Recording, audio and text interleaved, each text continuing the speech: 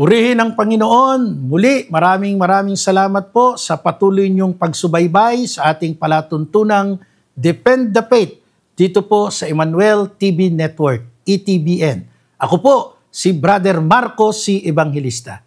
Alam mo ninyo, nung mga nakararaan ay napakaganda nung ating mga tinalakay tungkol sa tunay at iisang simbahang itinayo ng Panginoong Yesus. Hindi ito natalikod, hindi ito nawala, nananatiling matatag from 33 AD hanggang ngayon, 2025 na.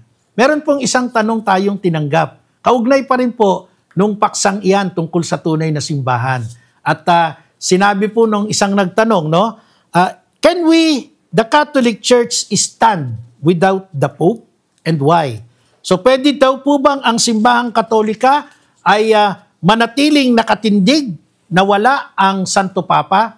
Magandang pag-aralan po natin yan. Bakit? Sapagkat alam naman natin, kilala sa buong mundo, ang Santo Papa ang pinuno ng simbahang itinayo ni Jesus. Sa katunayan po, mula pa nung panahon ni Jesus, nung itinayo niya ang simbahan, nagsimula ang unang Santo Papa kay San Pedro, ang unang apostol na tinawag nating Papa. Sinundan iyan ni San Linus o Linus. Sumunod si Pope Anacletus, Pope Clement I, Pope Evaristus, Pope Alexander I, Pope Sixtus I, Pope Telesporus, Pope Hyginus, Pope Pius I, Pope Anicetus, Pope Soter, Pope Eleutherius, Pope Victor I, at napakadami. Hanggang sa ating panahon ngayon, 2025, mula noong 2013, ay naihalal na Santo Papa si Pope Francis, no? Ang ating Pope Francis. Bago siya ay si Pope Benedict XVI. Bago si Pope Benedict XVI ay si Pope John Paul II, and then Pope John Paul I, Pope Paul VI, at mga sumunod pa. Hindi ko na masyadong kabisado. Kasi ang inabutan naman natin ay si Pope Paul VI, ang unang Santo Papa dumating sa Pilipinas, no? Ngayon, para ho mas mapalalim tayo kung maaari bang ang simbahan ni Jesus ay tumindig, wala ang Santo Papa? Ang unang tanong, kanino po ba itinayo ng ating Panginoon Jesucristo? Kanino tinayo ni Jesus ang kanyang tunay na simbahan o tunay na iglesia dito po sa lupa? Uulitin lang po natin yung verse na ginagamit natin. Yung Matthew chapter 16 verse 18. Maliwanag po ang sinabi doon. At sinasabi ko naman sa iyo, ikaw ay Pedro, at sa ibabaw ng batong ito ay itatayo ko ang aking iglesia. Ano ang itinayo ni Jesus? Ang kanyang iglesia. Ngayon, mayroon pong pagtukoy doon kung kanino itatayo. Sino yon? Walang iba kundi ang kanyang apostol na si Pedro. Very open naman yung sinabi. Ikaw ay Pedro, sa ibabaw ng batong ito, itatayo ko ang aking iglesia. Nakakatawa po. Hindi ho nakakatuwa. Nakakatawa yung ibang simbahan na sinasabing, hindi si Pedro yon. Si Jesus mismo yon. Dahil lang sabi, sa ibabaw ng batong ito, itatayo ko ang aking iglesia. Yung tinutukoy daw na bato ay ang Panginoong Jesucristo. Alam mo ninyo, yung pag-twist ng pangungusap, yun po ang nakatatawa. Katawa-tawa po ang mga nagsasabi ng aral na yun. Bakit? Sapagkat yung pagtukoy na ikaw, isang pagtukoy pantao na tumutukoy sa iba, hindi dun sa sarili. Pag tinukoy mo yung sarili mo, ang dapat mong gamiting terminology, ako. Pag sinabi yung ibang tao, pantukoy sa iba, ikaw. Simple lang naman po yun, di ba? Iba yung ako, pagtukoy sa sarili, ikaw, pagtukoy sa iba. Sino po ba yung dalawang karakter dun sa Matthew 16:18? Si Jesus at ang kanyang alagad na si Pedro. Ano ang pangungusap? Nagsalita si Jesus, ikaw ay Pedro. So, sino tinutukoy? Di si Pedro. And then ano ang sinabi? Sumunod na pangungusap. sa ibabaw ng batong ito, ang tinutukoy si Pedro, itatayo ko ang aking iglesia. Kaya sino ho ang pinagtayuan ng kanyang iglesia, ng kanyang simbahan? Si Pedro, yung kanyang alagad. Ngayon, bakit po Pedro ang tinukoy doon ni Jesus? Bakit hindi yung kanyang sarili? Siya daw po'y bato. Dapat intindihin natin. Sapagkat ang ibig pong sabihin ng Pedro, no, ay bato or sepas. Kaya nga si San Pedro sa kanyang pangalan ay tinawag siyang sepas sa salitang Aramaic na ang ibig sabihin noon ay bato. Nako, alam nyo ho, kapag naging mababaw ang paningin natin dun sa usapan sa Matthew 16:18, pwede nga tayong madayat maligaw ng ibang sekta na sabihing hindi si Pedro o yung apostol ang bato, kundi mismong si Jesus. Para mas maging maganda at malinaw sa atin ang senaryo, bigyan natin ng ilang mga pointers. Ano po ba yung katangian ni Apostol Pedro? Una, sa talaan po ng mga apostol ni Jesus, 12 po iyan Sa talaan ng 12 apostol ni Jesus, ang pangalan po lagi ni Pedro ang nag-e-excel, ang laging nangunguna. Ito yung mga palatandaan na among the 12, merong something special sa kanyang alagad na si Pedro.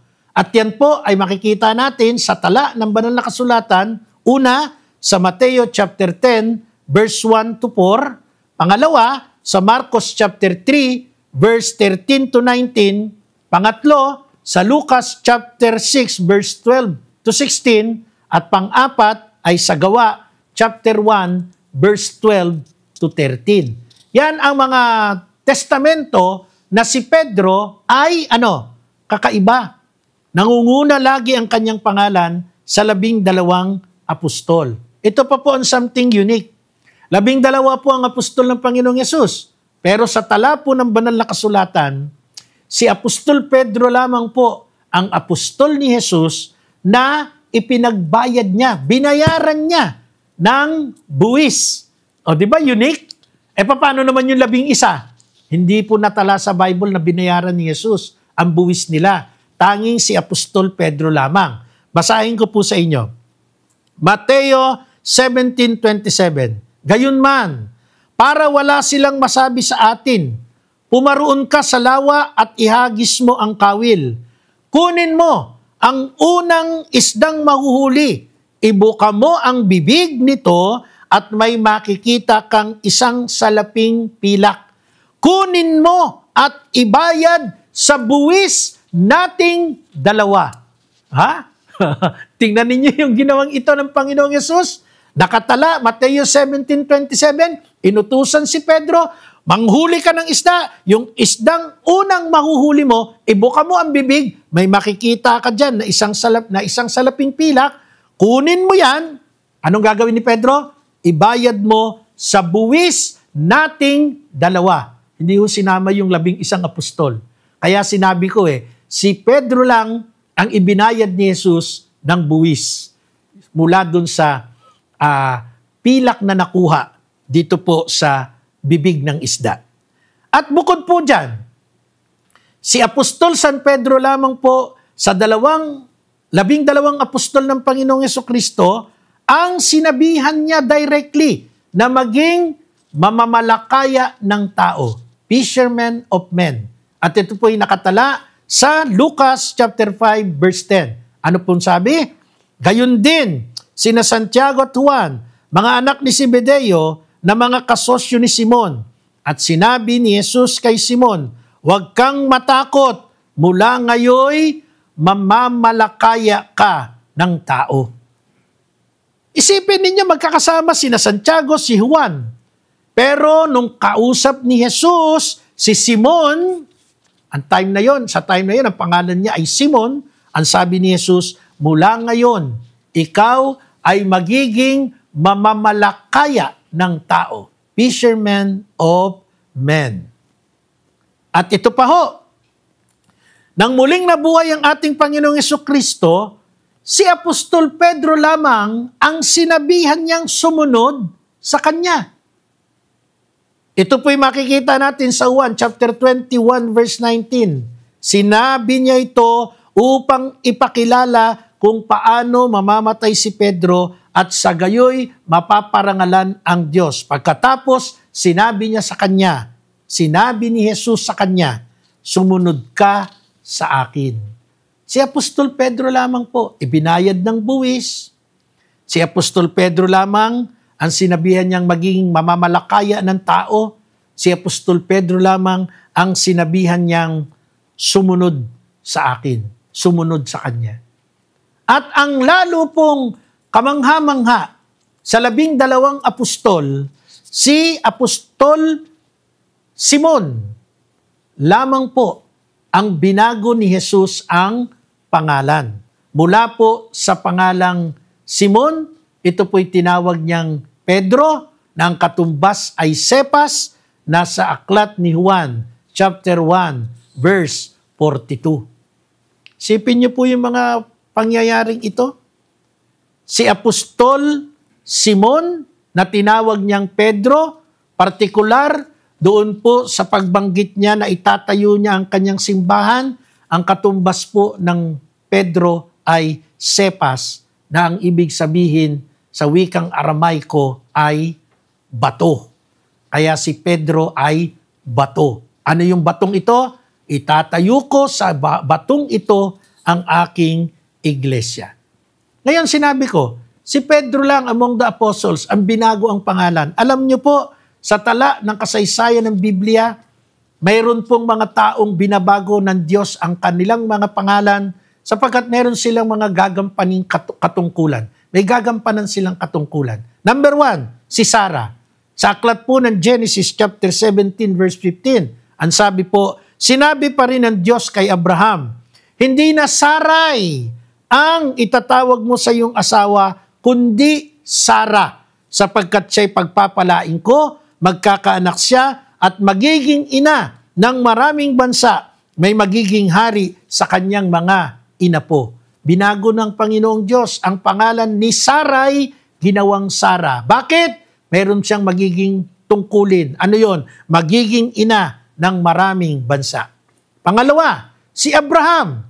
Sa Genesis chapter 17 verse 5, ganito po ang sabi, hindi na Abram ang itatawag sa iyo kundi Abraham, sapagkat ginawa kitang ama ng maraming bansa.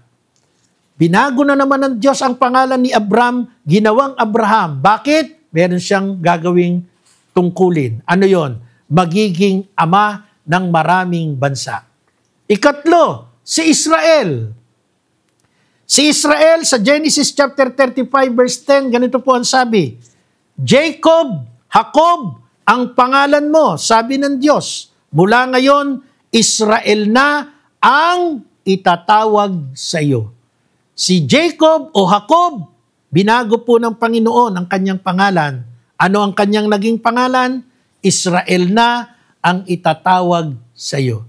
Ngayon, si Simon, na mangingisda, bakit po pinalitan ni Jesus ang kanyang pangalan na maging Pedro mula sa Simon? Sapagkat meron po siyang gaganaping tungkulin na magmumula sa Panginoon. Ano yon? John chapter 21 verse 15 to 17. Pagkakain nila, tinanong ni Jesus si Simon, Pedro, Simon, anak ni Juan, iniibig mo ba ako ng higit kaysa sa mga ito? Opo, Panginoon, nalalaman ninyong iniibig ko kayo. Ha? Opo, Panginoon, nalalaman niyong iniibig ko kayo, tugon niya. Sinabi sa kanya ni Jesus, pakainin mo ang aking mga batang tupa. Muli siyang tinanong ni Jesus, Simon, anak ni Juan, iniibig mo ba ako? Sumagot si Pedro, opo, Panginoon, nalalaman ninyong iniibig ko kayo. Ani ni Jesus, pangalagaan mo ang aking mga tupa. Pangatlong ulit na tinanong siya ni Jesus, Simon, anak ni Juan, iniibig mo ba ako? Nalungkot si Pedro sapagkat may katlong tanong siyang beses ng ating Panginoon. Tinanong siya ng may katlong ulit ng ating Panginoon, iniibig mo ba ako? At sumagot siya, Panginoon, nalalaman po ninyo ang lahat ng bagay, nalalaman ninyong iniibig ko kayo. Sinabi sa kanya ni Jesus, pakainin mo ang aking mga tupa. Mga ginigiliw kong taga-subaybay, speaking of pakainin ang aking mga tupa, ito po'y simbolo na si Pedro, si Simon, ay ginawang pastol ng kawan ng Diyos. At pagdating sa pagiging kawan, ang mabuting pastol ay ang Ama sa Ezekiel 34:11-12. Ang mabuting pastol ay ang anak sa John chapter 10 verse 7 hanggang 18. Pero sa John chapter 21 verse 15 to 17, ang isang mangingisdang si Simon ay ginawang Pedro, ang tungkulin ni Pedro ay maging pastol ng kawan ng Diyos.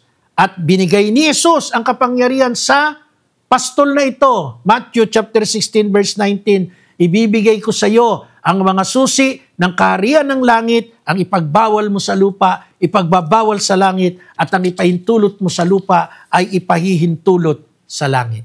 Mga ginigiliw kong taga-subaybay, ang tanong, maaari po bang tumindig ang simbahan ni Kristo? Ang Iglesia Katolika, wala ang Santo Papa? Hindi po. Sapagkat na-turn over na sa Santo Papa, kay Simon, kay Pedro, tinawag ni Jesus na Pedro, pinagtayuan ni Jesus ng kanyang simbahan, na ang apostol na ito ay maging pastol ng kawan. Kaya sinabi niya, pakainin mo ang aking mga tupa. Isang maliwanag na indikasyon na ang trabaho niya ay maging pastol ng kawan. Muli, maraming salamat po sa inyong pagsama sa akin. Patuloy lamang po tayo magsuri at mag-aral, subaybayan ang mga palatuntunan dito sa ETBN upang tayo'y patuloy na lumago at ipagtanggol ang pananampalataya. Ako po, si Brother Marco si Evangelista, laging nagpapaalala, ang Diyos ay suma sa atin, Emmanuel.